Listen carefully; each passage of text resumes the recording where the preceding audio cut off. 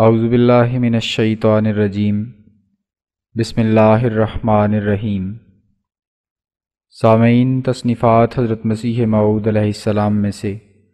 راز حقیقت کی آڈیو آپ کی خدمت میں پیش کی جا رہی ہے۔ اس کتاب کو آپ مکرم محمد محمود طاہر صاحب کی آواز میں سماعت فرمائیں گے۔ بسم اللہ الرحمن الرحیم۔ سیدنا حضرت اقدس مسیح موعود علیہ السلام کی کتاب راز حقیقت، جو کہ روحانی خزائن کی جلد نمبر 14 میں شامل ہے، اس کا تعارف یوں ہے کہ یہ رسالہ 30 نومبر 1898 کو شائع ہوا۔ اس رسالہ میں حضرت مسیح موعود علیہ السلام نے حضرت عیسیٰ علیہ السلام کے صحیح حالات زندگی درج فرمائے ہیں اور ان کے صلیب پر سے زندہ اتارے جانے اور سفر کشمیر اختیار کرنے اور سری نگر محلہ خانجار میں ان کی قبر کے موجود ہونے پر روشنی ڈالی ہے اور ان کے مزار کا نقشہ بھی دیا ہے۔ مولوی محمد حسین بٹالوی نے اپنی عربی دانی کا سکہ جمانے کے لیے حضرت مسیح موعود علیہ السلام کے ایک عربی الہام آتا جبول امری پر جو یہ اعتراض کیا تھا کہ عجبہ کا صلہ لام نہیں آتا، اس کا نہایت معقول اور مدلل جواب احادیث نبویہ اور زبان عرب کے محاورات کی مثالیں پیش کر کے دیا ہے، جس سے مولوی محمد حسین بٹالوی کی حضرت مسیح موعود علیہ السلام کی پیشگوئی کے مطابق سخت ذلت اور علمی پردہ دری ہوئی۔ نیز اشتہار مبالغہ کی حقیقت بیان فرمائی ہے، جس کی وجہ سے بٹالوی نے آپ کے خلاف گورنمنٹ کے پاس بہت سی شکایات کر کے اور گمراہ کن اطلاعات پہنچا کر غلط فہمیاں پیدا کرنے کی کوشش کی تھی۔ بسم اللہ الرحمن الرحیم۔ راز حقیقت کے ٹائٹل بار اول پر یہ تحریر ہے: اے خدا، اے چشمہ نور خدا، از کرم ہا چشم ای امت کشا، یک نظر کن سوئے ای راز نہاں، تارہی اے طالب از وہم و گماں۔ الحمدللہ والمنہ کہ یہ رسالہ، جس کا نام ہے راز حقیقت، حضرت عیسیٰ علیہ السلام کے صحیح اور سچے سوانے ظاہر کرتا ہے اور ہمارے مباہلہ کے متعلق کئی نصیحتیں کر کے اصل غرض مباہلہ بتلاتا ہے، اور مقام قادیان مطبع ضیاء الاسلام میں با اہتمام حکیم فضل دین صاحب بھیروی مالک مطبع چھپا ہے اور بتاریخ 30 نومبر 1898 شائع ہوا۔ کتاب کے آغاز میں ایک اعلان حضور نے دیا ہے، فرمایا: دسمبر میں تعطیلوں کے دنوں میں ہمیشہ جلسہ ہوتا تھا، لیکن اب کے دسمبر میں اور میرے گھر کے لوگ اور اکثر خادمہ عورتیں اور مرد موسمی بیماری سے بیمار ہیں۔ خدمت مہمانوں میں فطور ہوگا، اور بھی کئی اسباب ہیں جن کا لکھنا موجب تطویل ہے، اس لیے اعلان کیا جاتا ہے کہ اب کی دفعہ کوئی جلسہ نہیں ہے۔ ہمارے سب دوست مطلع رہیں۔ والسلام، المولن مرزا غلام احمد۔ اس کے بعد کتاب کا آغاز ہوتا ہے: بسم اللہ الرحمن الرحیم، نحمدہ ونصلی علی رسولہ الکریم، ان اللہ مع الذین اتقوا والذین هم محسنون۔ مبادہ دلیاں فرو ما یشاد، کہ از بحر دنیا دہت دین بباد۔ میں اپنی جماعت کے لیے خصوصاً یہ اشتہار شائع کرتا ہوں کہ وہ اس اشتہار کے نتیجہ کے منتظر رہیں کہ جو 21 نومبر 1898 کو بطور مباہلہ شیخ محمد حسین بٹالوی صاحب اشاعت السنہ اور اس کے دو رفیقوں کی نسبت شائع کیا گیا ہے، جس کی میعاد 15 جنوری 1900 میں ختم ہوگی۔ اور میں اپنی جماعت کو چند لفظ بطور نصیحت کہتا ہوں کہ وہ طریقے تقوی پر پنجہ مار کر یاوہ گوئی کے مقابلہ پر یاوہ گوئی نہ کریں اور گالیوں کے مقابلہ میں گالیاں نہ دیں۔ وہ بہت کچھ ٹھٹھا اور ہنسی سنیں گے جیسا کہ وہ سن رہے ہیں، مگر چاہیے کہ خاموش رہیں اور تقوی اور نیک بختی کے ساتھ خدا تعالیٰ کے فیصلہ کی طرف نظر رکھیں۔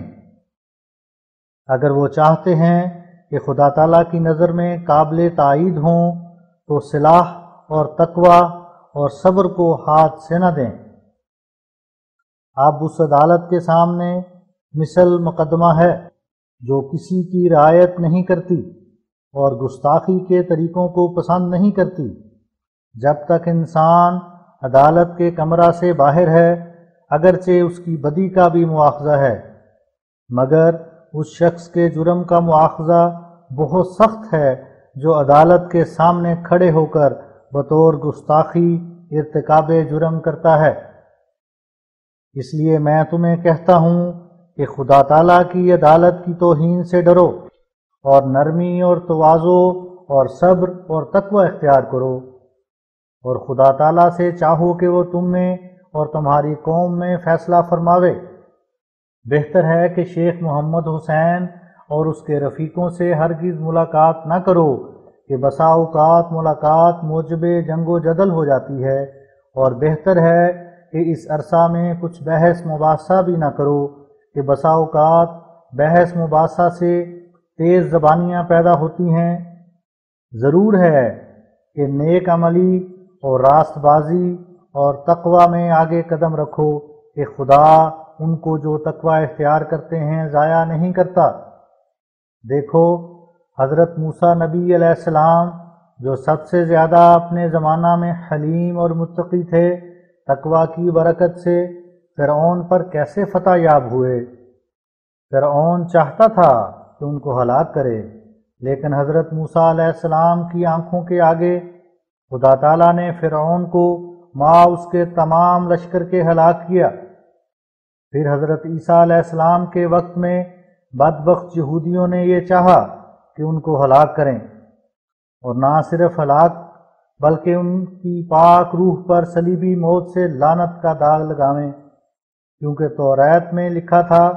کہ جو شخص لکڑی پر یعنی صلیب پر مارا جائے وہ لعنتی ہے، یعنی اس کا دل پلید اور ناپاک اور خدا کے قرب سے دور جا پڑتا ہے اور راندہ درگاہ الہی اور شیطان کی مانند ہو جاتا ہے۔ اسی لیے لعین شیطان کا نام ہے، اور یہ نہایت بد منصوبہ تھا کہ جو حضرت مسیح علیہ السلام کی نسبت سوچا گیا تھا، تا اس سے وہ نالائق قوم یہ نتیجہ نکالے کہ یہ شخص پاک دل اور سچا نبی اور خدا کا پیارا نہیں ہے، کیونکہ نعوذ باللہ لعنتی ہے جس کا دل پاک نہیں ہے،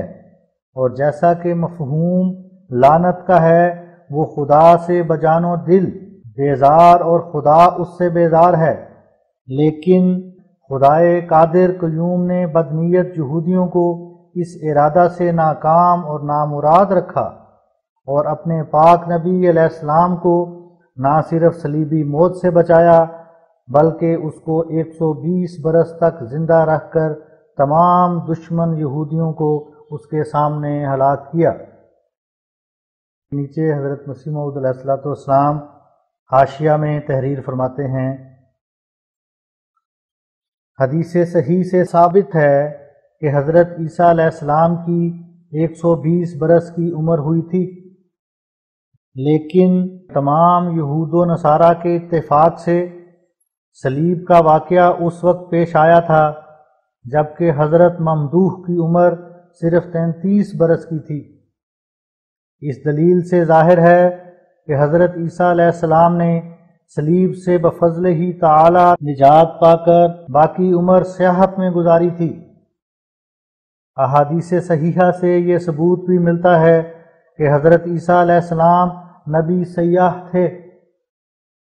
بس اگر وہ صلیب کے واقعہ پر ماں جسم آسمان پر چلے گئے تھے تو سیاحت کس زمانہ میں کی؟ حالانکہ اہل لغت بھی مسیح کے لفظ کی ایک وجہ یہ بیان کرتے ہیں کہ یہ لفظ مسح سے نکلا ہے، اور مسح سیاحت کو کہتے ہیں۔ ماں سوا اس کے یہ عقیدہ کہ خدا نے یہودیوں سے بچانے کے لیے حضرت عیسیٰ کو دوسرے آسمان پر پہنچا دیا تھا، سراسر لغو خیال معلوم ہوتا ہے، کیونکہ خدا کے اس فعل سے یہودیوں پر کوئی حجت پوری نہیں ہوتی۔ یہودیوں نے نہ تو آسمان پر چڑھتے دیکھا اور نہ آج تک اترتے دیکھا، پھر وہ اس محمل اور بے ثبوت قصے کو کیوں کر مان سکتے ہیں؟ ماں سوا اس کے یہ بھی سوچنے کے لائق ہے کہ خدا تعالیٰ نے اپنے رسول کریم حضرت سیدنا محمد صلی اللہ علیہ وسلم کو قریش کے حملہ کے وقت جو یہودیوں کی نسبت زیادہ بہادر اور جنگجو اور کینہ ور تھے، صرف اسی غار کی پناہ میں بچا لیا جو مکہ معظمہ سے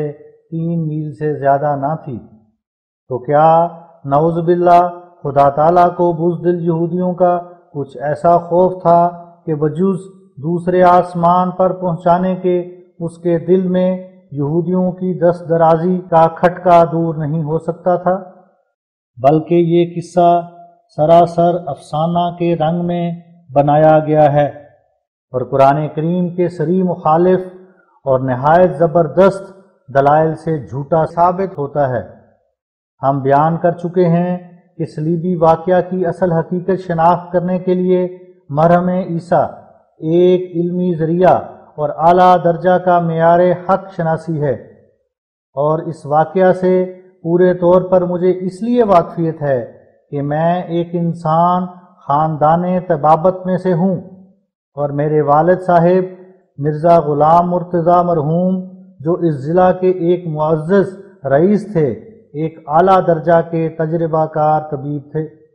جنہوں نے قریباً 60 سال اپنی عمر کے اس تجربہ میں بسر کیے تھے، اور جہاں تک ممکن تھا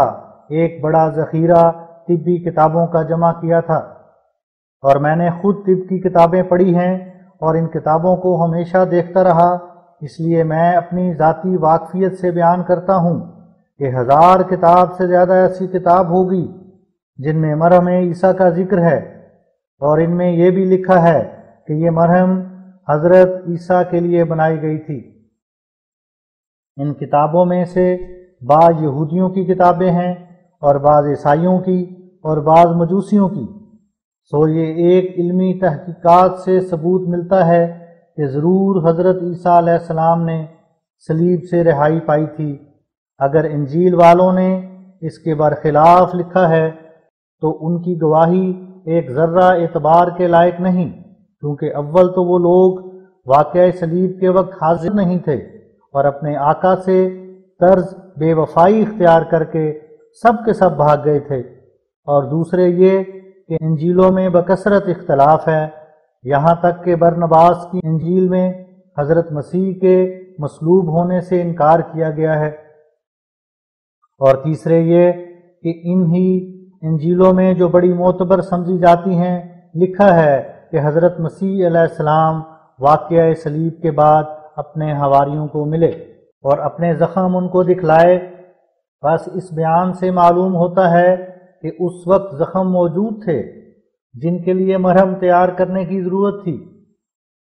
لہذا یقیناً سمجھا جاتا ہے کہ ایسے موقع پر وہ مرہم تیار کی گئی تھی، اور انجیلوں سے ثابت ہوتا ہے کہ حضرت عیسیٰ علیہ السلام 40 روز اسی گرد و نواح میں بطور مخفی رہے،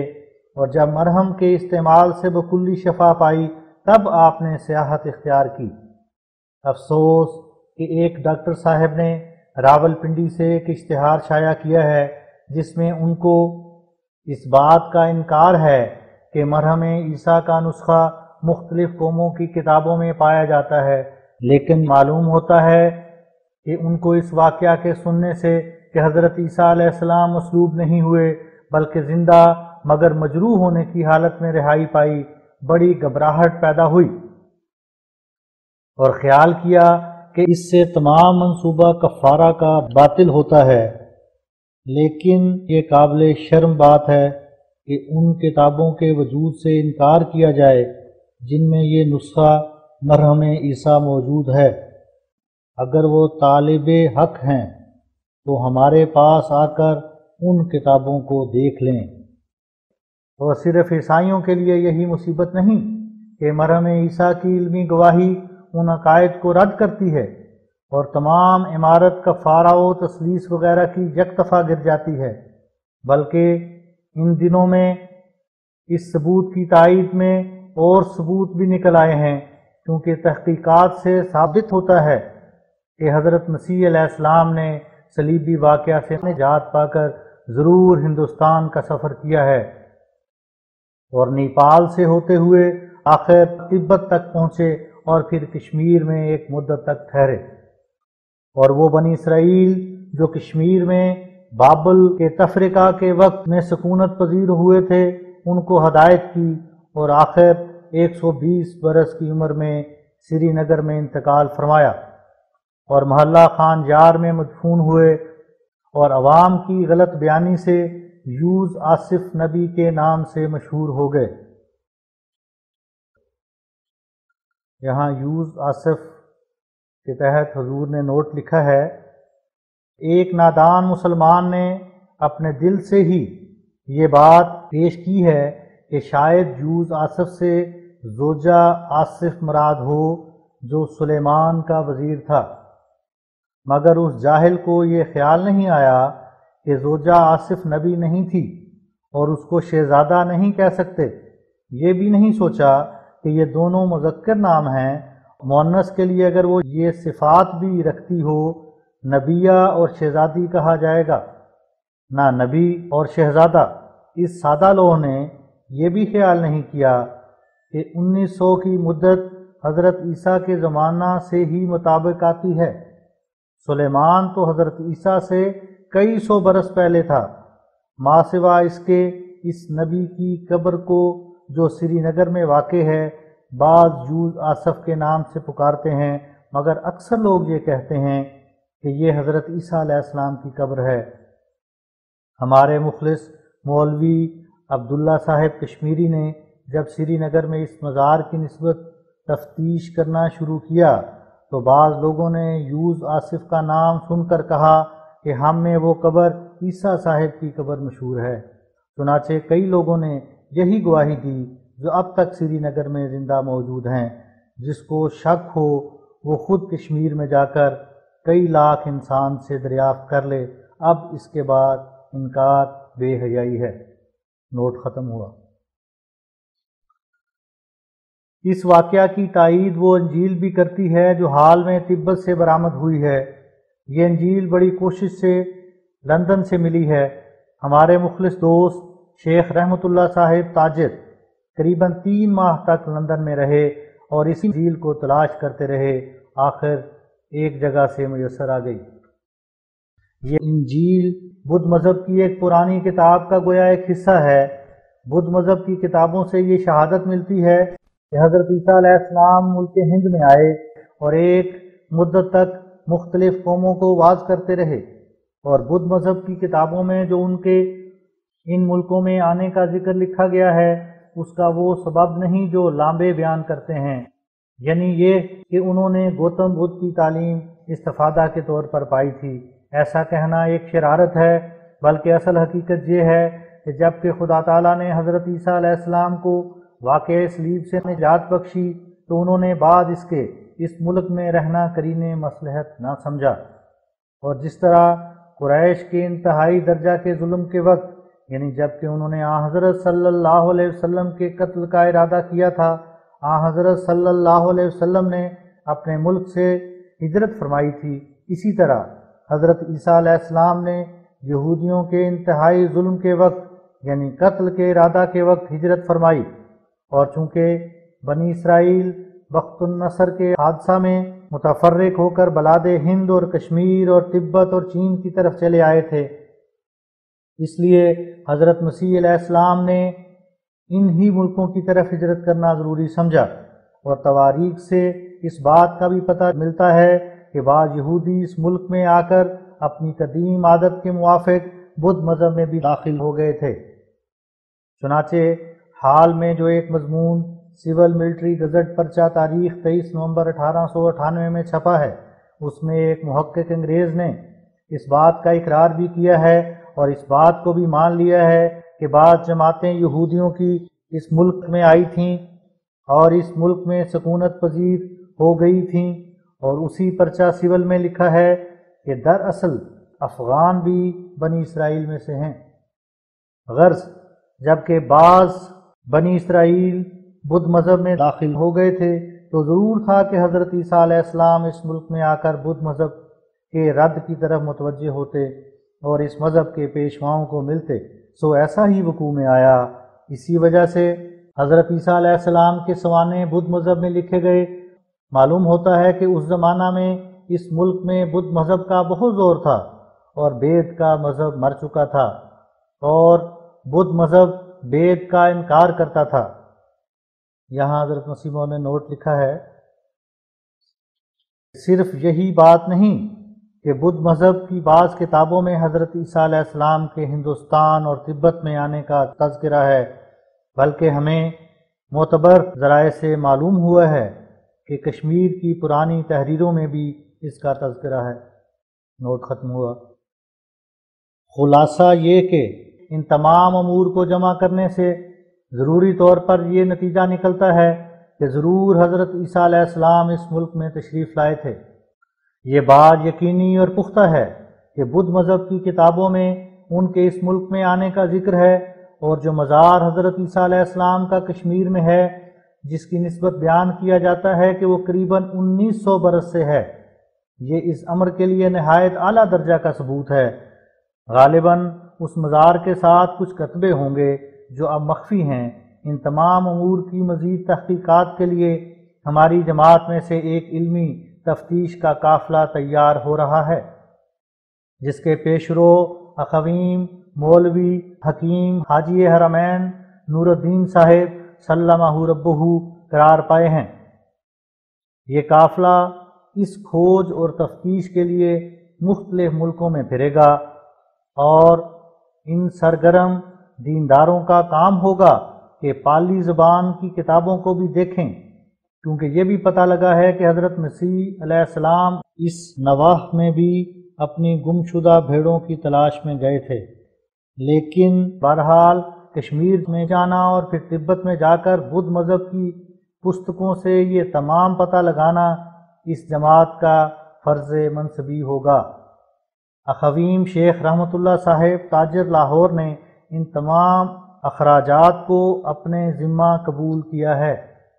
لیکن اگر یہ سفر جیسا کہ خیال کیا جاتا ہے بنارس اور نیپال اور مدراس اور سوات اور کشمیر اور تبت وغیرہ ممالک تک کیا جائے، جہاں جہاں حضرت مسیح علیہ السلام کی بود و باش کا پتہ ملا ہے، تو کچھ شک نہیں کہ یہ بڑے اخراجات کا کام ہے، اور امید کی جاتی ہے کہ بہرحال اللہ تعالیٰ اس کو انجام دے دے گا۔ ہر ایک دانشمند سمجھ سکتا ہے کہ یہ ایک ایسا ثبوت ہے کہ اس سے یک دفعہ عیسائی مذہب کا تانا بانا ٹوٹتا ہے، اور 1900 برس کا منصوبہ یک دفعہ کل عدم ہو جاتا ہے۔ اس بات کا اطمینان ہو گیا ہے کہ حضرت مسیح علیہ السلام کا اس ملک ہند اور کشمیر وغیرہ میں آنا ایک واقعی امر ہے، اور اس کے بارے میں ایسے زبردست ثبوت مل گئے ہیں کہ اب وہ کسی مخالف کے منصوبہ سے چھپ نہیں سکتے۔ معلوم ہوتا ہے کہ ان بیہودہ اور غلط عقائد کی اسی زمانہ تک عمر تھی۔ ہمارے سید و مولا خاتم الانبیاء صلی اللہ علیہ وسلم کا یہ فرمانا کہ وہ مسیح موعود جو آنے والا ہے صلیب کو توڑے گا اور آسمانی حربہ سے دجال کو قتل کرے گا، اس حدیث کے اب یہ معنی کھلے ہیں کہ اس مسیح کے وقت میں زمین و آسمان کا خدا اپنی طرف سے بعض ایسے امور و واقعات پیدا کر دے گا جن سے صلیب اور تثلیث اور کفارہ کے عقائد خود بخود نابود ہو جائیں گے۔ مسیح کا آسمان سے نازل ہونا بھی انہی معنوں سے ہے کہ اس وقت آسمان کے خدا کے ارادہ سے کسر صلیب کے لیے بدیہی شہادتیں پیدا ہو جائیں گی۔ سو ایسا ہی ہوا۔ یہ کس کو معلوم تھا کہ محرم عیسیٰ کا نسخہ صدہا طبی کتابوں میں لکھا ہوا پیدا ہو جائے گا؟ اس بات کی کس کو خبر تھی کہ بدھ مذہب کی پرانی کتابوں سے یہ ثبوت مل جائے گا کہ حضرت عیسیٰ علیہ السلام بلاد شام کے یہودیوں سے نومید ہو کر ہندوستان اور کشمیر اور تبت کی طرف آئے تھے؟ یہاں حضور نے نوٹ دیا ہے کہ حال میں مسلمانوں کی تالیف بھی چند پرانی کتابیں دستیاب ہوئی ہیں جن میں صریح یہ بیان موجود ہے کہ یوز آصف ایک پیغمبر تھا جو کسی ملک سے آیا تھا اور شہزادہ بھی تھا، اور کشمیر میں اس نے انتقال کیا، اور بیان کیا گیا ہے کہ وہ نبی 600 برس پہلے ہمارے نبی صلی اللہ علیہ وسلم سے گزرا ہے۔ نوٹ ختم ہوا۔ یہ بات کون جانتا تھا کہ حضرت عیسیٰ علیہ السلام کی کشمیر میں قبر ہے؟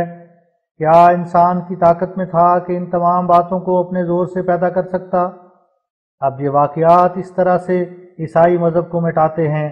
جیسا کہ دن چڑھ جانے سے رات مٹ جاتی ہے۔ اس واقعہ کے ثابت ہونے سے عیسائی مذہب کو وہ صدمہ پہنچتا ہے جو اس چھت کو پہنچ سکتا ہے جس کا تمام بوجھ ایک شہتیر پر تھا۔ شہتیر ٹوٹا اور چھت گری۔ بس اسی طرح اس واقعہ کے ثبوت سے عیسائی مذہب کا خاتمہ ہے۔ خدا جو چاہتا ہے کرتا ہے، انہی قدرتوں سے وہ پہچانا گیا ہے۔ دیکھو کیسے عمدہ معنی اس آیت کے ثابت ہوئے کہ ما قتلوہ وما صلبوہ ولکن شبہ لہم، النساء 158۔ یعنی قتل کرنا اور صلیب سے مسیح کا مارنا سب جھوٹ ہے۔ اصل بات یہ ہے کہ ان لوگوں کو دھوکہ لگا ہے اور مسیح خدا تعالیٰ کے وعدہ کے موافق صلیب سے بچ کر نکل گیا۔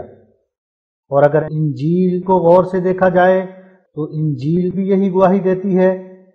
کیا مسیح کی تمام رات کی دردمندانہ دعا رد ہو سکتی تھی؟ کیا مسیح کا یہ کہنا کہ میں یونس کی طرح 3 دن قبر میں رہوں گا، اس کے یہ معنی ہو سکتے ہیں کہ وہ مردہ قبر میں رہا؟ کیا یونس مچھلی کے پیٹ میں 3 دن مرا رہا تھا؟ کیا پیلاطوس کی بیوی کے خواب سے خدا کا یہ منشا نہیں معلوم ہوتا کہ مسیح کو صلیب سے بچا لے؟ ایسا ہی مسیح کا جمعہ کی آخری گھڑی صلیب پر چڑھائے جانا اور شام سے پہلے اتارے جانا اور رسم قدیم کے موافق 3 دن تک صلیب پر نہ رہنا اور ہڈی نہ توڑے جانا اور خون کا نکلنا، کیا یہ تمام وہ امور نہیں ہیں جو بآواز بلند پکار رہے ہیں کہ یہ تمام اسباب مسیح کی جان بچانے کے لیے پیدا کیے گئے ہیں، اور دعا کرنے کے ساتھ ہی یہ رحمت کے اسباب ظہور میں آئے؟ بھلا مقبول کی ایسی دعا جو تمام رات رو رو کر کی گئی کب رد ہو سکتی تھی؟ پھر مسیح کا صلیب کے بعد حواریوں کو ملنا اور زخم دکھلانا کس قدر مضبوط دلیل اس بات پر ہے کہ وہ صلیب پر نہیں مرا؟ اور اگر یہ صحیح نہیں ہے تو بھلا اب مسیح کو پکارو کہ تمہیں آ کر مل جائے جیسا کہ حواریوں کو ملا تھا۔ غرض ہر ایک پہلو سے ثابت ہے کہ حضرت مسیح کی صلیب سے جان بچائی گئی اور وہ اس ملک ہند میں آئے،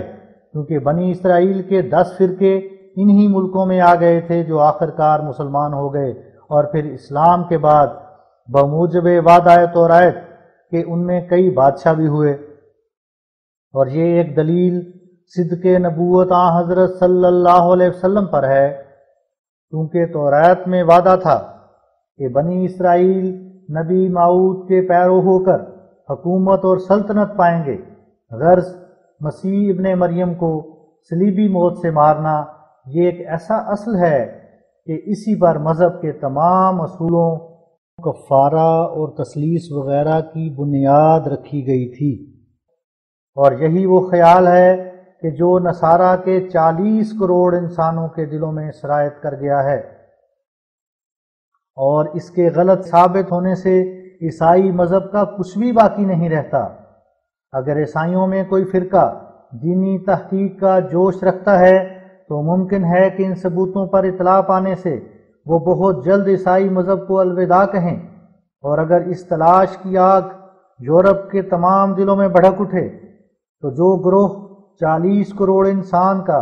1900 برس میں تیار ہوا ہے، ممکن ہے کہ 19 ماہ کے اندر دستے غیب سے ایک پلٹا کھا کر مسلمان ہو جائے، کیونکہ صلیبی اعتقاد کے بعد یہ ثابت ہونا کہ حضرت مسیح صلیب پر نہیں مارے گئے بلکہ دوسرے ملکوں میں پھرتے رہے، یہ ایسا امر ہے کہ یک دفعہ عیسائی عقائد کو دلوں سے اڑاتا ہے اور عیسائیت کی دنیا میں انقلاب عظیم ڈالتا ہے۔ اے عزیزو، اب عیسائی مذہب کو چھوڑو کہ خدا نے حقیقت کو دکھا دیا۔ اسلام کی روشنی میں آؤ تا نجات پاؤ، اور خدائے علیم جانتا ہے کہ یہ تمام نصیحت نیک نیتی سے تحقیق کامل کے بعد کی گئی ہے۔ یہاں حاشیہ ختم ہوا۔ اب کتاب کے متن کی طرف لوٹتے ہیں۔ حضرت مسیح موعود علیہ السلام اپنی کتاب راز حقیقت کے صفحہ نمبر 2، جو کہ روحانی خزائن جلد نمبر 14 کے صفحہ 154 پر ہے، فرمایا خدائے قادر و قیوم نے بدنیت یہودیوں کو اس ارادہ سے ناکام اور نامراد رکھا اور اپنے پاک نبی علیہ السلام کو نہ صرف صلیبی موت سے بچایا بلکہ اس کو 120 برس تک زندہ رکھ کر تمام دشمن یہودیوں کو اس کے سامنے ہلاک کیا۔ ہاں، خدا تعالیٰ کی اس قدیم سنت کے موافق کہ کوئی اولوالعزم نبی ایسا نہیں گزرا جس نے قوم کی ایذا کی وجہ سے ہجرت نہ کی ہو۔ حضرت عیسیٰ علیہ السلام نے بھی 3 برس کی تبلیغ کے بعد صلیبی فتنہ سے نجات پا کر ہندوستان کی طرف ہجرت کی، اور یہودیوں کی دوسری قوموں کو جو بابل کے تفرقہ کے زمانہ سے ہندوستان اور کشمیر اور تبت میں آئے ہوئے تھے، خدا تعالیٰ کا پیغام پہنچا کر آخرکار خاک کشمیر جنت نظیر میں انتقال فرمایا، اور سری نگر خان یار کے محلہ میں باعزاز تمام دفن کیے گئے۔ آپ کی قبر بہت مشہور ہے، یوزارو و یتبرک بہی۔ ایسا ہی خدا تعالیٰ نے ہمارے سید و مولا نبی آخر الزماں کو، جو سید المتقین تھے، انواع و اقسام کی تائیدات سے مظفر اور منصور کیا۔ گو اوائل میں حضرت موسیٰ اور حضرت عیسیٰ کی طرح داغ ہجرت آپ کے بھی نصیب ہوا، مگر وہی ہجرت فتح اور نصرت کے مبادی اپنے اندر رکھتی تھی۔ سو اے دوستو، یقیناً سمجھو کہ متقی کبھی برباد نہیں کیا جاتا۔ جب 2 فریق آپس میں دشمنی کرتے ہیں اور خصومت کو انتہا تک پہنچاتے ہیں تو وہ فریق جو خدا تعالیٰ کی نظر میں متقی اور پرہیزگار ہوتا ہے، آسمان سے اس کے لیے مدد نازل ہوتی ہے، اور اس طرح پر آسمانی فیصلہ سے مذہبی جھگڑے انفصال پا جاتے ہیں۔ دیکھو ہمارے سید و مولا نبینا محمد صلی اللہ علیہ وسلم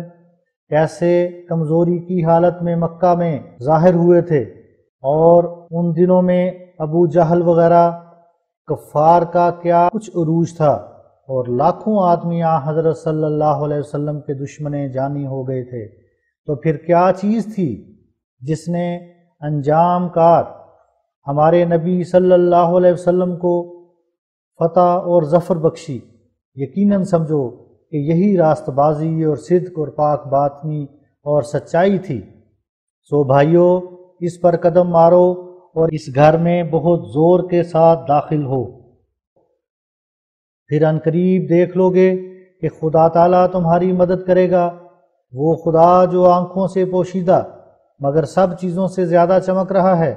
جس کے جلال سے فرشتے بھی ڈرتے ہیں، وہ شوخی اور چلاکی کو پسند نہیں کرتا اور ڈرنے والوں پر رحم کرتا ہے۔ سو اس سے ڈرو اور ہر ایک بات سمجھ کر کہو۔ تم اس کی جماعت ہو جن کو اس نے نیکی کا نمونہ دکھانے کے لیے چنا ہے۔ سو جو شخص بدی نہیں چھوڑتا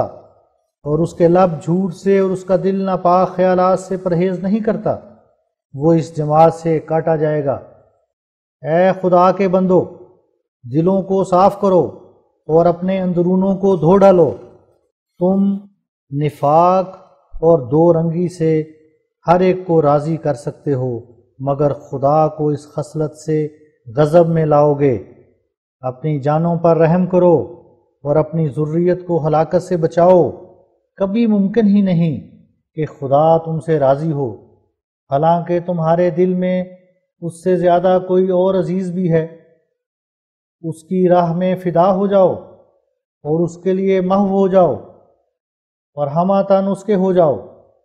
اگر چاہتے ہو کہ اسی دنیا میں خدا کو دیکھ لو، کرامت کیا چیز ہے اور خوارق کب ظہور میں آتے ہیں۔ سو سمجھو اور یاد رکھو کہ دلوں کی تبدیلی آسمان کی تبدیلی کو چاہتی ہے۔ وہ آگ جو اخلاص کے ساتھ بھڑکتی ہے، وہ عالم بالا کو نشان کی صورت پر دکھلاتی ہے۔ تمام مومن اگرچہ عام طور پر ہر ایک بات میں شریک ہیں، یہاں تک کہ ہر ایک کو معمولی حالت کی خوابیں بھی آتی ہیں اور بعض کو الہام بھی ہوتے ہیں، لیکن وہ کرامت جو خدا کا جلال اور چمک اپنے ساتھ رکھتی ہے اور خدا کو دکھلا دیتی ہے، وہ خدا کی ایک خاص نصرت ہوتی ہے جو ان بندوں کی عزت زیادہ کرنے کے لیے ظاہر کی جاتی ہے جو حضرت احدیت میں جان ساری کا مرتبہ رکھتے ہیں، جبکہ وہ دنیا میں ذلیل کیے جاتے اور ان کو برا کہا جاتا ہے اور کذاب اور مفتری اور بدکار اور لعنتی اور دجال اور ٹھگ اور فریبی ان کا نام رکھا جاتا ہے اور ان کے تباہ کرنے کے لیے کوششیں کی جاتی ہیں، تو ایک حد تک وہ صبر کرتے اور اپنے آپ کو تھامے رہتے ہیں۔ پھر خدا تعالیٰ کی غیرت چاہتی ہے کہ ان کی تائید میں کوئی نشان دکھاوے، تب یک دفعہ ان کا دل دکھتا اور ان کا سینہ مجروح ہوتا ہے، تب وہ خدا تعالیٰ کے آستانہ پر تضرعات کے ساتھ گرتے ہیں اور ان کی دردمندانہ دعاؤں کا آسمان پر ایک صعبناک شور پڑتا ہے، اور جس طرح بہت سی گرمی کے بعد آسمان پر چھوٹے چھوٹے ٹکڑے بادل کے نمودار ہو جاتے ہیں اور پھر وہ جمع ہو کر ایک تہ بتہ بادل پیدا ہو کر یک دفعہ برسنا شروع ہو جاتا ہے، ایسا ہی مخلصین کے دردناک تضرعات جو اپنے وقت پر ہوتے ہیں رحمت کے بادلوں کو اٹھاتے ہیں اور آخر وہ ایک نشان کی صورت پر زمین پر نازل ہوتے ہیں۔ غرض جب کسی مرد صادق ولی اللہ پر کوئی ظلم انتہا تک پہنچ جائے تو سمجھنا چاہیے کہ اب کوئی نشان ظاہر ہوگا۔ ہر بلا کی قوم حق دادست، زیر آں گنج کرم بنہادست۔ مجھے افسوس سے اس جگہ یہ بھی لکھنا پڑا ہے کہ ہمارے مخالف ناانصافی اور دروغ گوئی اور کجروی سے باز نہیں آتے۔ وہ خدا کی باتوں کی بڑی جرأت سے تکذیب کرتے اور خدائے جلیل کے نشانوں کو جھٹلاتے ہیں۔ مجھے امید تھی کہ میرے اشتہار 21 نومبر 1898 کے بعد جو بامقابلہ شیخ محمد حسین بٹالوی اور محمد بخش جعفر زٹلی اور ابو الحسن تبتی کے لکھا گیا تھا، یہ لوگ خاموش رہتے، کیونکہ اشتہار میں صاف طور پر یہ لفظ تھے کہ 15 جنوری 1900 تک اس بات کی میعاد مقرر ہو گئی ہے کہ جو شخص کاذب ہوگا خدا اس کو ذلیل اور رسوا کرے گا، اور یہ ایک کھلا معیار صادق و کاذب تھا جو خدا تعالیٰ نے اپنے الہام کے ذریعہ سے قائم کیا تھا، اور چاہیے تھا کہ یہ لوگ اس اشتہار کے شائع ہونے کے بعد چپ ہو جاتے اور 15 جنوری 1900 تک خدا تعالیٰ کے فیصلہ کا انتظار کرتے، لیکن افسوس کہ انہوں نے ایسا نہیں کیا، بلکہ زٹلی مذکور نے اپنے اشتہار 30 نومبر 1898 میں وہی گند پھر بھر دیا جو ہمیشہ اس کا خاصہ ہے اور سراسر جھوٹ سے کام لیا۔ وہ اس اشتہار میں لکھتا ہے کہ کوئی پیشگوئی اس شخص یعنی اس عاجز کی پوری نہیں ہوئی۔ ہم اس کے جواب میں بجز اس کے کیا کہیں کہ لعنت اللہ علی الکاذبین۔ وہ یہ بھی کہتا ہے کہ آتھم کے متعلق پیش گوئی پوری نہیں ہوئی، ہم اس کے جواب میں بھی بجز لعنت اللہ علی الکاذبین کچھ نہیں کہہ سکتے۔ اصل تو یہ ہے کہ جب انسان کا دل بخل اور عناد سے سیاہ ہو جاتا ہے تو وہ دیکھتے ہوئے نہیں دیکھتا اور سنتے ہوئے نہیں سنتا، اس کے دل پر خدا کی مہر لگ جاتی ہے، اس کے کانوں پر پردے پڑ جاتے ہیں۔ یہ بات اب تک کس پر پوشیدہ ہے کہ آتھم کی نسبت پیش گوئی شرطی تھی اور خدا کے الہام نے ظاہر کیا تھا کہ وہ رجوع الی الحق کی حالت میں میعاد کے اندر مرنے سے بچ جائے گا، اور پھر آتھم نے اپنے افعال سے، اپنے اقوال سے، اپنی سراسیمگی سے، اپنے خوف سے، اپنے قسم نہ کھانے سے، اپنے نالش نہ کرنے سے ثابت کر دیا کہ ایام پیش گوئی میں اس کا دل عیسائی مذہب پر قائم نہ رہا اور اسلام کی عظمت اس کے دل میں بیٹھ گئی، اور یہ کچھ بعید نہ تھا کیونکہ وہ مسلمانوں کی اولاد تھا اور اسلام سے بعض اغراض کی وجہ سے مرتد ہوا تھا، اسلامی چاشنی رکھتا تھا، اسی وجہ سے اس کو پورے طور پر عیسائیوں کے عقیدہ سے اتفاق بھی نہیں تھا، اور میری نسبت وہ ابتدا سے نیک ظن رکھتا تھا، لہٰذا اس کا اسلامی پیش گوئی سے ڈرنا قرینِ قیاس تھا۔ پھر جب کہ اس نے قسم کھا کر اپنی عیسائیت ثابت نہ کی اور نہ نالش کی اور چور کی طرح ڈرتا رہا، اور عیسائیوں کی سخت تحریک سے بھی وہ ان کاموں کے لیے آمادہ نہ ہوا، تو کیا اس کی یہ حرکات ایسی نہ تھیں کہ اس سے یہ نتیجہ نکلے کہ وہ اسلامی پیش گوئی کی عظمت سے ضرور ڈرتا رہا؟ غافل زندگی کے لوگ تو نجومیوں کی پیش گوئیوں سے بھی ڈر جاتے ہیں، چہ جائے کہ ایسی پیش گوئی جو بڑی شد و مد سے کی گئی تھی، جس کے سننے سے اسی وقت اس کا رنگ زرد ہو گیا تھا، جس کے ساتھ در صورت نہ پورے ہونے کے میں نے اپنے سزا یاب ہونے کا وعدہ کیا تھا، بس اس کا روب ایسے دلوں پر جو دینی سچائی سے بے بہرہ ہیں کیوں کر نہ ہوتا۔ پھر جب کہ یہ بات صرف قیاسی نہ رہی بلکہ خود آتھم نے اپنے خوف اور سراسیمگی اور دہشت زدہ ہونے کی حالت سے، جس کو صدہا لوگوں نے دیکھا، اپنی اندرونی بے قراری اور اعتقادی حالت کے تغیر کو ظاہر کر دیا، اور پھر بعد میعاد قسم نہ کھانے اور نالش نہ کرنے سے اس تغیر کی حالت کو اور بھی یقین تک پہنچایا، اور پھر الہام الہی کے موافق ہمارے آخری اشتہار سے 6 ماہ کے اندر مر بھی گیا، تو کیا یہ تمام واقعات ایک منصف اور خدا ترس کے دل کو اس یقین سے نہیں بھرتے کہ وہ پیش گوئی کی میعاد کے اندر الہامی شرط سے فائدہ اٹھا کر زندہ رہا، اور پھر الہام الہی کی خبر کے موافق اخفائے شہادت کی وجہ سے مر گیا؟ اب دیکھو، تلاش کرو کہ آتھم کہاں ہے،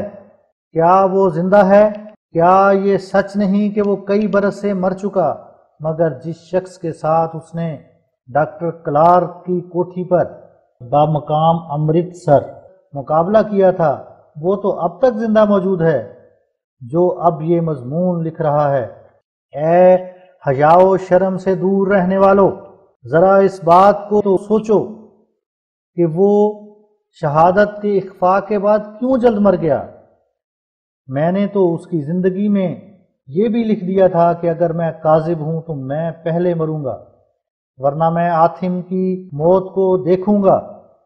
سو اگر شرم ہے تو آتھم کو ڈھونڈ کر لاؤ کہ کہاں ہے۔ وہ میری عمر کے قریب قریب تھا اور عرصہ 30 برس سے مجھ سے واقفیت رکھتا تھا۔ اگر خدا چاہتا تو وہ 30 برس تک اور زندہ رہ سکتا تھا۔ بس یہ کیا باعث ہوا کہ وہ انہی دنوں میں جب کہ اس نے عیسائیوں کی دل جوئی کے لیے الہامی پیش گوئی کی سچائی اور اپنے دلی رجوع کو چھپایا، خدا کے الہام کے موافق فوت ہو گیا۔ خدا ان دلوں پر لعنت کرتا ہے جو سچائی کو پا کر پھر اس کا انکار کرتے ہیں، اور چونکہ یہ انکار جو اکثر عیسائیوں اور بعض شریر مسلمانوں نے کیا، خدا تعالیٰ کی نظر میں ظلم صریح تھا،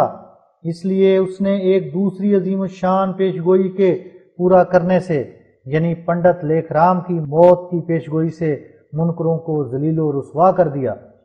یہ پیشگوئی اس مرتبہ پر فوق العادت تھی کہ اس میں قبل از وقت یعنی 5 برس پہلے بتایا گیا تھا کہ لیکھ رام کس دن اور کس قسم کی موت سے مرے گا، لیکن افسوس کہ بخیل لوگوں نے جن کو مرنا یاد نہیں اس پیشگوئی کو بھی قبول نہ کیا، اور خدا نے بہت سے نشان ظاہر کیے مگر یہ سب سے انکار کرتے ہیں۔ اب یہ اشتہار 21 نومبر 1898 آخری فیصلہ ہے۔ چاہیے کہ ہر ایک طالب صادق صبر سے انتظار کرے۔ خدا جھوٹوں، کذابوں، دجالوں کی مدد نہیں کرتا۔ قرآن شریف میں صاف لکھا ہے کہ خدا تعالیٰ کا یہ عہد ہے کہ وہ مومنوں اور رسولوں کو غالب کرتا ہے۔ اب یہ معاملہ آسمان پر ہے، زمین پر چلانے سے کچھ نہیں ہوتا۔ دونوں فریق اس کے سامنے ہیں اور ان قریب ظاہر ہوگا کہ اس کی مدد اور نصرت کس طرف آتی ہے۔ وآخر دعوانا ان الحمد للہ رب العالمین والسلام علی من اتبع الہدی۔ المشتہر خاکسار مرزا غلام احمد از قادیان 30 نومبر 1898۔ خط مولوی عبداللہ صاحب باشندہ کشمیر۔ فائدہ عام کے لیے ماہ نقشہ مزار حضرت عیسیٰ علیہ السلام اس اشتہار میں شائع کیا جاتا ہے۔ از جانب خاکسار عبداللہ بخدمت حضور مسیح موعود، السلام علیکم ورحمۃ اللہ وبرکاتہ۔ حضرت اقدس اس خاکسار نے حسب الحکم سری نگر میں عین موقع پر یعنی روزہ مزار شریف شہزادہ یوز آصف نبی علیہ الصلوۃ والسلام پر پہنچ کر جہاں تک ممکن تھا وہ کوشش تحقیقات کی اور معمر اور سن رسیدہ بزرگوں سے بھی دریافت کیا اور مجاوروں اور گرد و جوار کے لوگوں سے بھی ہر ایک پہلو سے استفسار کرتا رہا۔ جناب من ان دل تحقیقات مجھے معلوم ہوا ہے کہ یہ مزار در حقیقت جناب یوز آصف علیہ السلام نبی اللہ کی ہے اور مسلمانوں کے محلہ میں یہ مزار واقع ہے۔ کسی ہندو کی وہاں سکونت نہیں اور نہ اس جگہ ہندوؤں کا کوئی مدفن ہے، اور معتبر لوگوں کی شہادت سے یہ بات ثابت ہوئی ہے کہ قریباً 1900 برس سے یہ مزار ہے، اور مسلمان بہت عزت و تعظیم کی نظر سے اس کو دیکھتے ہیں اور اس کی زیارت کرتے ہیں، اور عام خیال ہے کہ اس مزار میں ایک بزرگ پیغمبر مدفون ہے جو کشمیر میں کسی اور ملک سے لوگوں کو نصیحت کرنے کے لیے آیا تھا، اور کہتے ہیں کہ یہ نبی ہمارے نبی صلی اللہ علیہ وسلم سے قریباً 600 برس پہلے گزرا ہے۔ یہ اب تک نہیں کھلا کہ اس ملک میں کیوں آیا۔ حضرت مسیح علیہ السلام یہاں نوٹ دیتے ہیں کہ وہ نبی جو ہمارے نبی صلی اللہ علیہ وسلم سے 600 برس پہلے گزرا ہے وہ حضرت عیسیٰ علیہ السلام ہیں اور کوئی نہیں، اور یسوع کے لفظ کی صورت بگڑ کر یوز آصف بننا نہایت قرین قیاس ہے، کیونکہ جب کہ یسوع کے لفظ کو انگریزی میں بھی جیزس بنا لیا ہے تو یوز آصف میں جیزس سے کچھ زیادہ تغیر نہیں ہے۔ یہ لفظ سنسکرت سے ہرگز مناسبت نہیں رکھتا، صریح عبرانی معلوم ہوتا ہے، اور یہ کہ حضرت عیسیٰ علیہ السلام اس ملک میں کیوں تشریف لائے اس کا سبب ظاہر ہے، اور وہ یہ ہے کہ جب ملک شام کے یہودیوں نے آپ کی تبلیغ کو قبول نہ کیا اور آپ کو صلیب پر قتل کرنا چاہا تو خدا تعالیٰ نے اپنے وعدے کے موافق اور نیز دعا کو قبول کر کے حضرت مسیح کو صلیب سے نجات دے دی، اور جیسا کہ انجیل میں لکھا ہے حضرت مسیح کے دل میں تھا کہ ان یہودیوں کو بھی خدا تعالیٰ کا پیغام پہنچاویں کہ جو بخت النصر کی غارت گری کے زمانہ میں ہندوستان کے ملکوں میں آ گئے تھے، سو اسی غرض کی تکمیل کے لیے وہ اس ملک میں تشریف لائے۔ ڈاکٹر برنیر صاحب فرانسیسی اپنے سفر نامہ میں لکھتے ہیں کہ کئی انگریز محققوں نے اس رائے کو بڑے زور کے ساتھ ظاہر کیا ہے کہ کشمیر کے مسلمان باشندے دراصل اسرائیلی ہیں جو تفرقہ کے وقتوں میں اس ملک میں آئے تھے، اور ان کے کتابی چہرے اور لمبے کرتے اور بعض رسوم اس بات کے گواہ ہیں۔ بس نہایت قرینہ قیاس ہے کہ حضرت عیسیٰ علیہ السلام شام کے یہودیوں سے نومید ہو کر اس ملک میں تبلیغ قوم کے لیے آئے ہوں گے۔ حال میں جو روسی سیاح نے ایک انجیل لکھی ہے جس کو لندن سے میں نے منگوایا ہے، وہ بھی اس رائے میں ہم سے متفق ہے کہ ضرور حضرت عیسیٰ علیہ السلام اس ملک میں آئے تھے، اور جو بعض مصنفوں نے واقعات یوز آصف نبی کے لکھے ہیں جن کے یورپ کے ملکوں میں بھی ترجمے پھیل گئے ہیں، ان کو پادری لوگ بھی پڑھ کر سخت حیران ہیں، کیونکہ وہ تعلیم انجیل کی اخلاقی تعلیم سے بہت ملتی ہیں، بلکہ اکثر عبارتوں میں توارد معلوم ہوتا ہے، اور ایسا ہی تبتی انجیل کا انجیل کی اخلاقی تعلیم سے بہت توارد ہے۔ بس یہ ثبوت ایسے نہیں ہیں کہ کوئی شخص معاندانہ تحکم سے یک دفعہ ان کو رد کر سکے، بلکہ ان میں سچائی کی روشنی نہایت صاف پائی جاتی ہے، اور اس قدر قرائن ہیں کہ یکجائی طور پر ان کو دیکھنا اس نتیجہ تک پہنچاتا ہے کہ یہ بے بنیاد قصہ نہیں ہے۔ یوز آصف کا نام عبرانی سے مشابہ ہونا اور یوز آصف کا نام نبی مشہور ہونا، جو ایسا لفظ ہے کہ صرف اسرائیلی اور اسلامی انبیاء پر بولا گیا ہے، اور پھر اس نبی کے ساتھ شہزادہ کا لفظ ہونا، اور پھر اس نبی کی صفات حضرت مسیح علیہ السلام سے بالکل مطابق ہونا،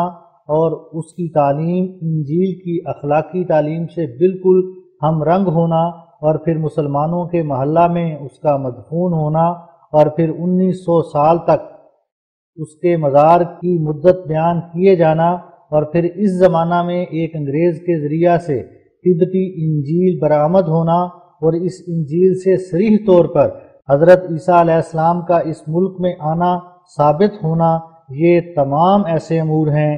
کہ ان کو یکجائی طور پر دیکھنے سے ضرور یہ نتیجہ نکلتا ہے کہ بلا شبہ حضرت عیسیٰ علیہ السلام اس ملک میں آئے تھے اور اسی جگہ فوت ہوئے، اور اس کے سوا اور بھی بہت سے دلائل ہیں کہ ہم انشاءاللہ ایک مستقل رسالہ میں لکھیں گے۔ حضور علیہ السلام کا نوٹ یہاں ختم ہوا۔ مولوی عبداللہ صاحب اپنے خط میں تحریر کرتے ہیں، یہ اب تک نہیں کھلا کہ اس ملک میں کیوں آیا، مگر یہ واقعات بہرحال ثابت ہو چکے ہیں اور تواتر شہادت سے کمال درجہ کے یقین تک پہنچ چکے ہیں کہ یہ بزرگ جن کا نام کشمیر کے مسلمانوں نے یوز آصف رکھ لیا ہے، یہ نبی ہیں اور نیز شہزادہ ہیں۔ اس ملک میں کوئی ہندوؤں کا لقب ان کا مشہور نہیں ہے، جیسے راجہ یا اوتار یا رکھی و منی و سدھا وغیرہ، بلکہ بالاتفاق سب نبی کہتے ہیں، اور نبی کا لفظ اہل اسلام اور اسرائیلیوں میں ایک مشترک لفظ ہے، اور جب کہ اسلام میں کوئی نبی ہمارے نبی صلی اللہ علیہ وسلم کے بعد نہیں آیا اور نہ آ سکتا تھا، اس لیے کشمیر کے عام مسلمان بالاتفاق یہی کہتے ہیں کہ یہ نبی اسلام کے پہلے کا ہے۔ ہاں، اس نتیجہ تک وہ اب تک نہیں پہنچے کہ جب کہ نبی کا لفظ صرف دو ہی قوموں کے نبیوں میں مشترک تھا،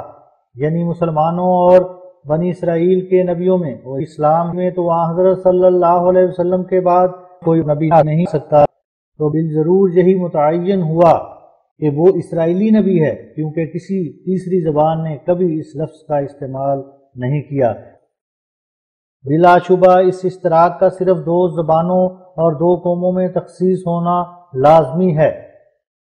یہاں حضور علیہ السلام نوٹ دیتے ہوئے فرماتے ہیں، نبی کا لفظ صرف دو زبانوں سے مخصوص ہے اور دنیا کی کسی اور زبان میں یہ لفظ مستعمل نہیں ہوا، یعنی ایک تو عبرانی میں یہ لفظ نبی آتا ہے اور دوسری عربی میں، اس کے سوا تمام دنیا کی اور زبانیں اس لفظ سے کچھ تعلق نہیں رکھتیں، لہذا یہ لفظ جو یوز آصف پر بولا گیا کتبہ کی طرح گواہی دیتا ہے کہ یہ شخص یا اسرائیلی نبی ہے یا اسلامی نبی، مگر ختم نبوت کے بعد اسلام میں کوئی اور نبی نہیں آ سکتا، لہذا متعین ہوا کہ یہ اسرائیلی نبی ہے، اب جو مدت بتلائی گئی ہے اس پر غور کر کے قطعی فیصلہ ہو جاتا ہے کہ یہ حضرت عیسیٰ علیہ السلام ہیں اور وہی شہزادہ کے نام سے پکارے گئے ہیں۔ حضور کا نوٹ یہاں ختم ہوا۔ عبداللہ صاحب اپنے خط میں لکھتے ہیں، مگر بوجہ ختم نبوت اسلامی قوم اس سے باہر نکل گئی، لہٰذا صفائی سے یہ بات طے ہو گئی کہ یہ نبی اسرائیلی نبی ہے۔ پھر اس کے بعد تواتر تاریخی سے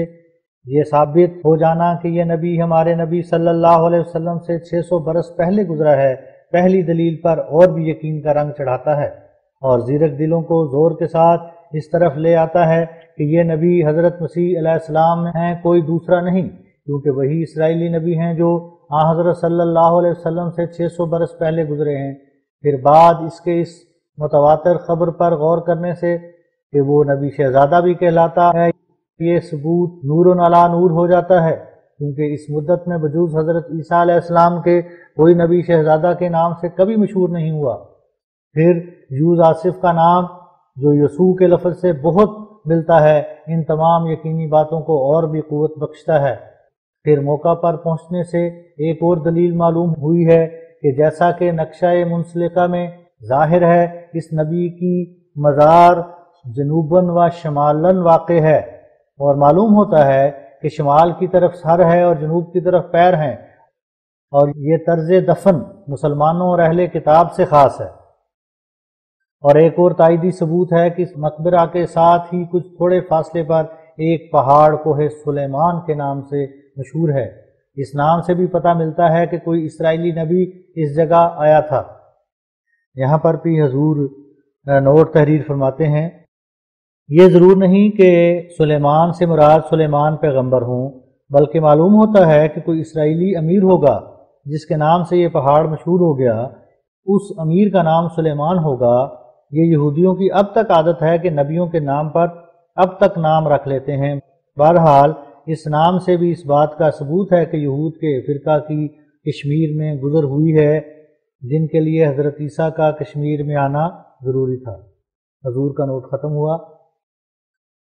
یہ نہایت درجہ کی جہالت ہے کہ اس شہزادہ نبی کو ہندو قرار دیا جائے، اور یہ ایسی غلطی ہے کہ ان روشن ثبوتوں کے سامنے رکھ کر اس کے رد کی بھی حاجت نہیں۔ سنسکرت میں کہیں نبی کا لفظ نہیں آیا، بلکہ یہ لفظ عبرانی اور عربی سے خاص ہے، اور دفن کرنا ہندوؤں کا طریق نہیں، اور ہندو لوگ تو اپنے مردوں کو جلاتے ہیں، لہٰذا قبر کی صورت بھی قطعی یقین دلاتی ہے کہ یہ نبی اسرائیلی ہے۔ قبر کے مغربی پہلو کی طرف ایک سوراخ واقع ہے، لوگ کہتے ہیں کہ اس سوراخ سے نہایت عمدہ خوشبو آتی رہی ہے۔ یہ سوراخ کسی قدر کشادہ ہے اور قبر کے اندر تک پہنچی ہوئی ہے۔ اس سے یقین کیا جاتا ہے کہ کسی بڑے مقصود کے لیے یہ سوراخ رکھی گئی ہے، غالباً کتبہ کے طور پر اس میں بعض چیزیں مدفون ہوں گی۔ عوام کہتے ہیں کہ اس میں کوئی خزانہ ہے، مگر یہ خیال قابل اعتبار معلوم نہیں ہوتا۔ ہاں،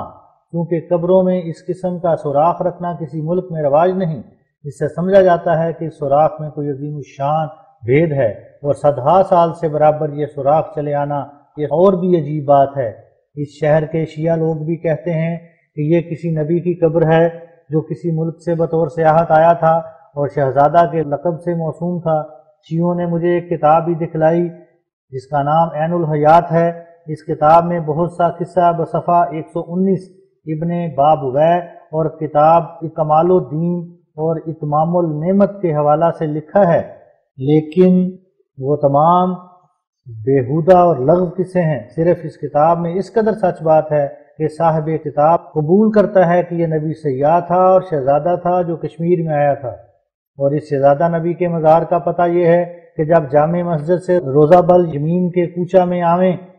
تو یہ مزار شریف آگے ملے گی۔ اس مقبرہ کے بائیں طرف کی دیوار کے پیچھے ایک کوچہ ہے اور داہنی طرف ایک پرانی مسجد ہے۔ معلوم ہوتا ہے کہ تبرک کے طور پر کسی پرانے زمانہ میں اس مزار شریف کے قریب مسجد بنائی گئی ہے،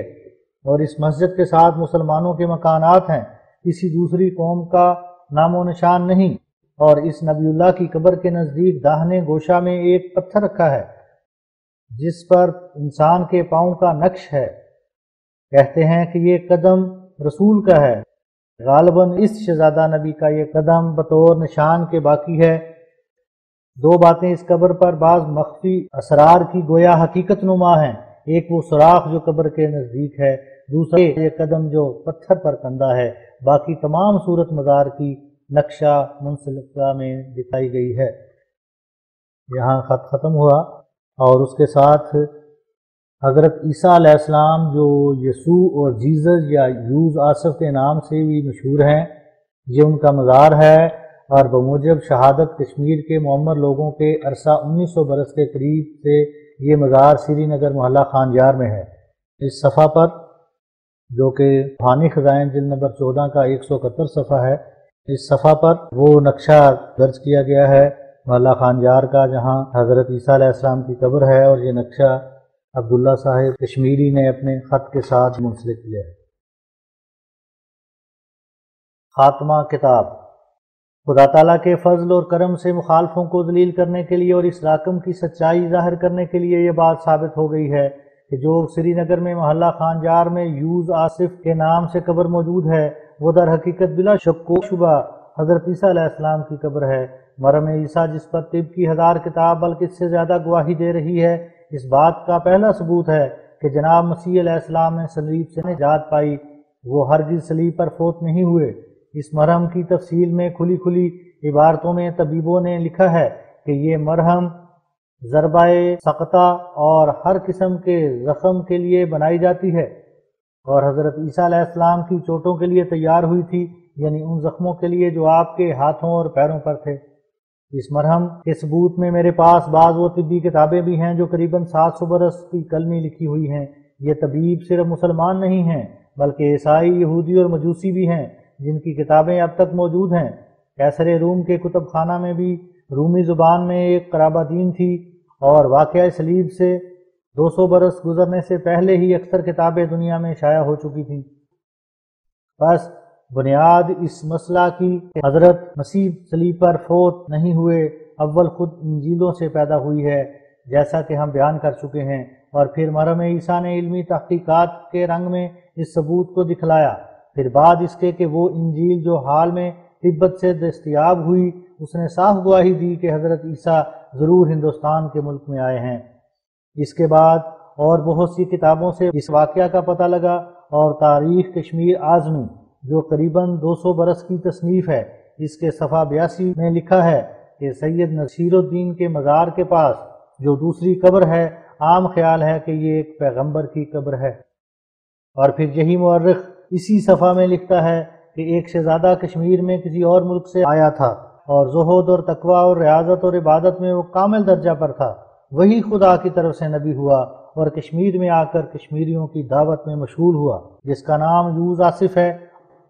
اور اکثر صاحب کشف خصوصاً ملا عنایت اللہ جو راکم کا مرشد ہے فرما گئے ہیں کہ اس قبر سے برکات نبوت ظاہر ہو رہے ہیں۔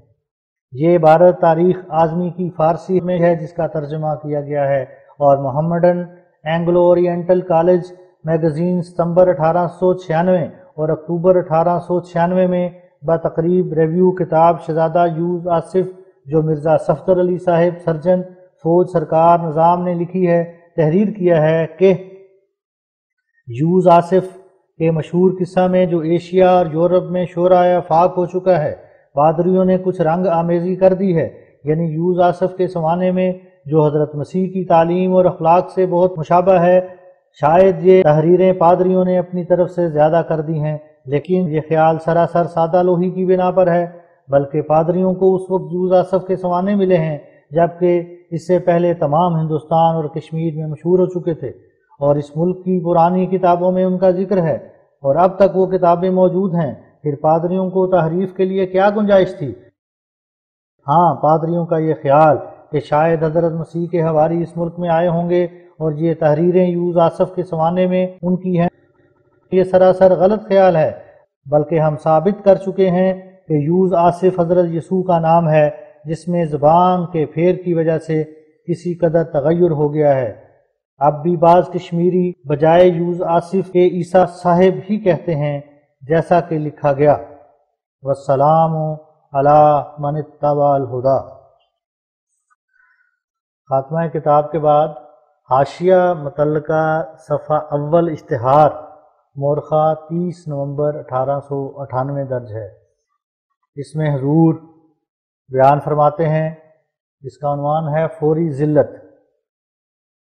ذلت صادق مجو اے بے تمیز، زیں رہے ہرگز نہ خواہی شد عزیز۔ شیخ محمد حسین صاحب بٹالوی بار بار یہی کہتے رہے کہ ہم صادق اور کاذب کے پرکھنے کے لیے مباہلہ چاہتے ہیں، اور مذہب اسلام میں مباہلہ مسنون بھی ہے، لیکن ساتھ اس کے یہ بھی درخواست ہے کہ اگر ہم کاذب ٹھہریں تو فوری عذاب ہم پر نازل ہو۔ اس کے جواب میں نے اشتہار 21 نومبر 1898 میں مفصل لکھ دیا ہے کہ مباہلہ میں فوراً عذاب نازل ہونا بالکل خلاف سنت ہے۔ احادیث میں اب تک لما حال الحول کا لفظ موجود ہے، جس میں پیغمبر خدا صلی اللہ علیہ وسلم فرماتے ہیں کہ نجران کے نصارہ نے ڈر کر مباہلہ کو ترک کیا، اور اگر وہ مجھ سے مباہلہ کرتے تو ابھی 1 سال گزرنے نہ پاتا کہ وہ ہلاک کیے جاتے۔ سو اس حدیث سے مباہلہ کے لیے 1 سال تک کی شرط جناب رسول اللہ صلی اللہ علیہ وسلم کے منہ سے نکلی ہے، اور مسلمانوں کے لیے قیامت تک یہی طریق مسنون ہے کہ حدیث کے لفظ کی رعایت کر کے مباہلہ کی مدت کو 1 سال سے کم نہیں کرنا چاہیے، بلکہ مردان خدا اور عارفان حق جو زمین پر حجت اللہ ہیں، وہ ہمیشہ کے لیے نبی صلی اللہ علیہ وسلم کے وارث ہو کر اس معجزہ کے بھی وارث ہیں کہ اگر کوئی عیسائی جو حضرت عیسیٰ علیہ السلام کو خدا جانتا ہے۔ یہاں حضور ساتھ نوٹ دیتے ہیں کہ انجیل سے ثابت ہے کہ نشان دکھلانے کی برکت حضرت مسیح کے زمانہ میں عیسائی مذہب میں پائی جاتی تھی، بلکہ نشان دکھلانا سچے عیسائی کی نشانی تھی، لیکن جب سے کہ عیسائیوں نے انسان کو خدا بنایا اور سچے رسول کی تکذیب کی، تب سے یہ تمام برکتیں ان میں سے جاتی رہیں، اور دوسرے مردہ مذہبوں کی طرح یہ مذہب بھی مردہ ہو گیا۔ اسی وجہ سے ہمارے مقابلہ پر کوئی عیسائی آسمانی نشان دکھلانے کے لیے کھڑا نہیں ہو سکتا۔ نوٹ ختم ہوا۔ حضور فرماتے ہیں، یا کوئی اور مشرک جو کسی اور انسان کو خدا خیال کرتا ہے ان سے اس امر میں مباہلہ کرے تو خدا تعالیٰ اس مدت میں یا کسی اور مدت میں جو الہامی تصریح سے ملہم کو معلوم ہو شخص مقابل کو اپنے غلبہ اور حق کی شہادت کے لیے کوئی آسمانی نشان دکھائے گا، اور یہ اسلام کی سچائی کے لیے ہمیشہ کے نشان ہیں جن کا مقابلہ کوئی قوم نہیں کر سکتی۔ غرض 1 برس کی میعاد جو وعید کی پیشگوئیوں میں ایک اقل مدت ہے، نصوص صریحہ سے ثابت ہے، اور یہ ضد جو فوری عذاب چاہے وہی کرے گا جس کو علم حدیث سے سخت ناواقفی ہے۔ ایسا شخص مولویت کی شان کو داغ لگاتا ہے۔ میں نے تو بٹالوی صاحب کے سمجھانے کے لیے یہ بھی لکھ دیا تھا کہ مباہلہ میں صرف ایک طرف سے بد دعا نہیں ہوتی بلکہ دونوں طرف سے بد دعا ہوتی ہے۔ بس اگر ایک فریق مومن اور مسلمان کہلاتا ہے اور دوسرے فریق کو کافر اور دجال اور بے دین اور لعنتی اور مرتد کہہ کر اسلام سے خارج کرتا ہے، جیسا کہ میاں محمد حسین بٹالوی ہے، تو اس کو کس نے منع کیا ہے کہ وہ فوری عذاب کے لیے بد دعا کرے؟ مگر ملہم اس کی مرضی کا تابع نہیں ہو سکتا۔ ملہم تو خدا تعالیٰ کے الہام کی تابع داری کرے گا، لیکن 21 نومبر 1898 کا ہمارا اشتہار جو مبالغہ کے رنگ میں شیخ محمد حسین اور اس کے 2 ہمراز رفیقوں کے مقابل پر نکلا ہے، وہ صرف ایک دعا ہے جس کا صرف مطلب یہ ہے کہ جھوٹے کو خدا تعالیٰ کی طرف سے ذلت پہنچے۔ اس کا یہ مطلب نہیں ہے کہ جھوٹا مارا جائے یا کسی کوٹھے سے گرے، چونکہ محمد حسین اور زٹلی اور تبتی نے افتراؤں اور لعنتوں اور گالیوں سے صرف میری ذلت چاہی ہے، اس لیے میں نے خدا تعالیٰ سے یہی چاہا کہ اگر در حقیقت میں ذلت کے لائق اور کاذب اور دجال اور لعنتی ہوں، جیسا کہ محمد حسین نے اس قسم کی گالیوں سے اپنے رسالے بھر دیے ہیں اور بار بار میرا دل دکھایا ہے، تو اور بھی ذلیل کیا جاؤں اور شیخ محمد حسین کو خدا تعالیٰ کی طرف سے عزت ملے اور بڑے بڑے مراتب پاوے، لیکن اگر میں کاذب اور دجال اور لعنتی نہیں ہوں تو جناب احدیت میں میری فریاد ہے کہ میرے ذلیل کرنے والے محمد حسین اور زٹلی اور تبتی کو خدا تعالیٰ کی طرف سے ذلت پہنچے۔ غرض میں خدا تعالیٰ سے ظالم اور کاذب کی ذلت چاہتا ہوں، ہم دونوں میں سے کوئی ہو، اور اس پر آمین کرتا ہوں۔ مجھے یہ الہام ہوا ہے کہ ان دونوں فریق میں سے جو فریق در حقیقت خدا تعالیٰ کی نظر میں ظالم اور کاذب ہے، اس کو خدا ذلیل کرے گا، اور یہ واقعہ 15 جنوری 1900 تک پورا ہو جائے گا۔ خدا تعالیٰ بہتر جانتا ہے کہ اس کی نظر میں کون ظالم اور کاذب ہے۔ اگر اس عرصے میں میری ذلت ظاہر ہو گئی تو بلا شبہ میرا کاذب اور ظالم اور دجال ہونا ثابت ہو جائے گا،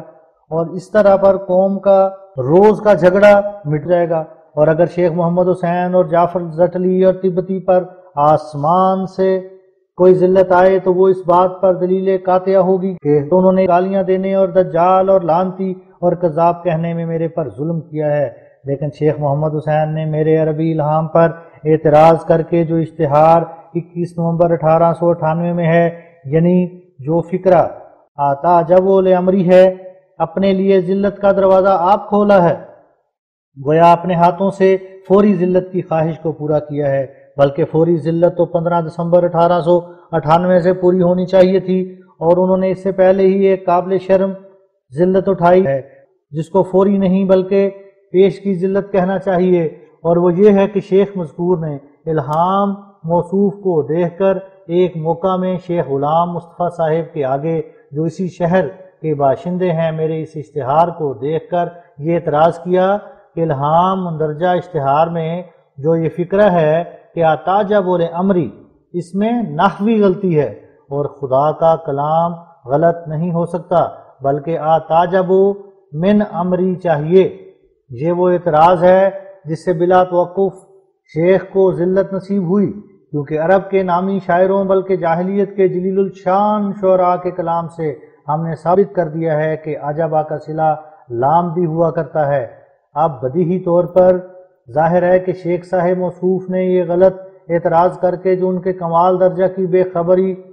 اور جہالت پر دلالت کرتا ہے، اہل علم کے سامنے اپنی نہایت درجہ کی پردہ دری اپنے ہاتھوں سے کرائی ہے،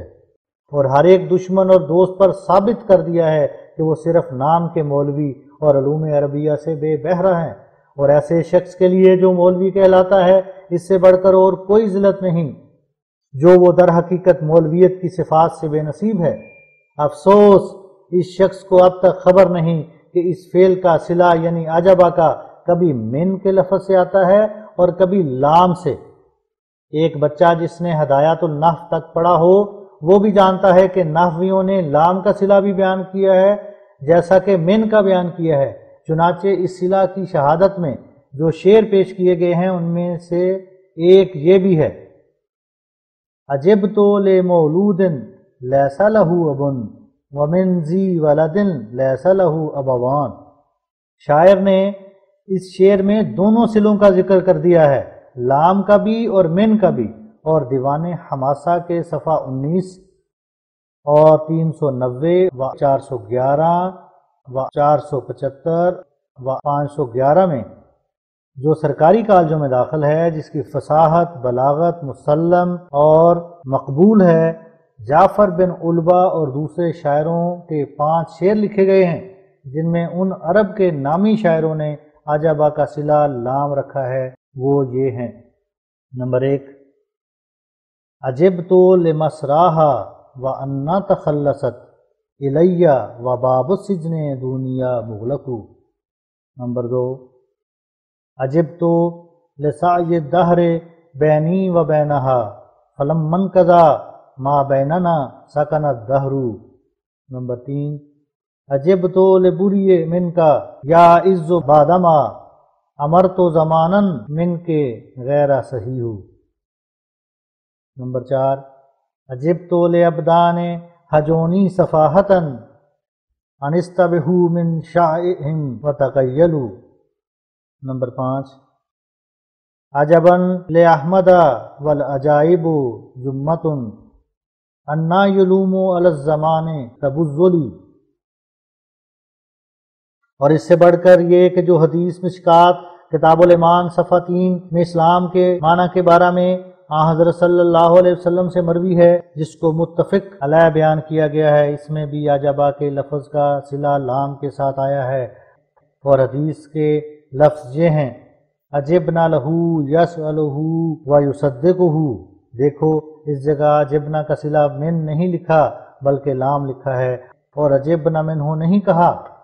بلکہ عجبنا لہو کہا ہے۔ اب بٹالوی صاحب فرماویں کہ اہل علم کے نزدیک ایک مولوی کہلانے والے کی یہی ذلت ہے یا اس کا کوئی اور نام ہے، اور یہ بھی فتویٰ دیں کہ اس ذلت کو فوری ذلت کہنا چاہیے یا کوئی اور نام رکھنا چاہیے۔ شیخ کیناور نے اپنے جوش کینہ سے جل کر اپنے تئیں اس شعر کا مصداق بنا لیا کہ مرا خواندی و خود بدام آمدی، نظر پختہ تر کن کہ خام آمدی۔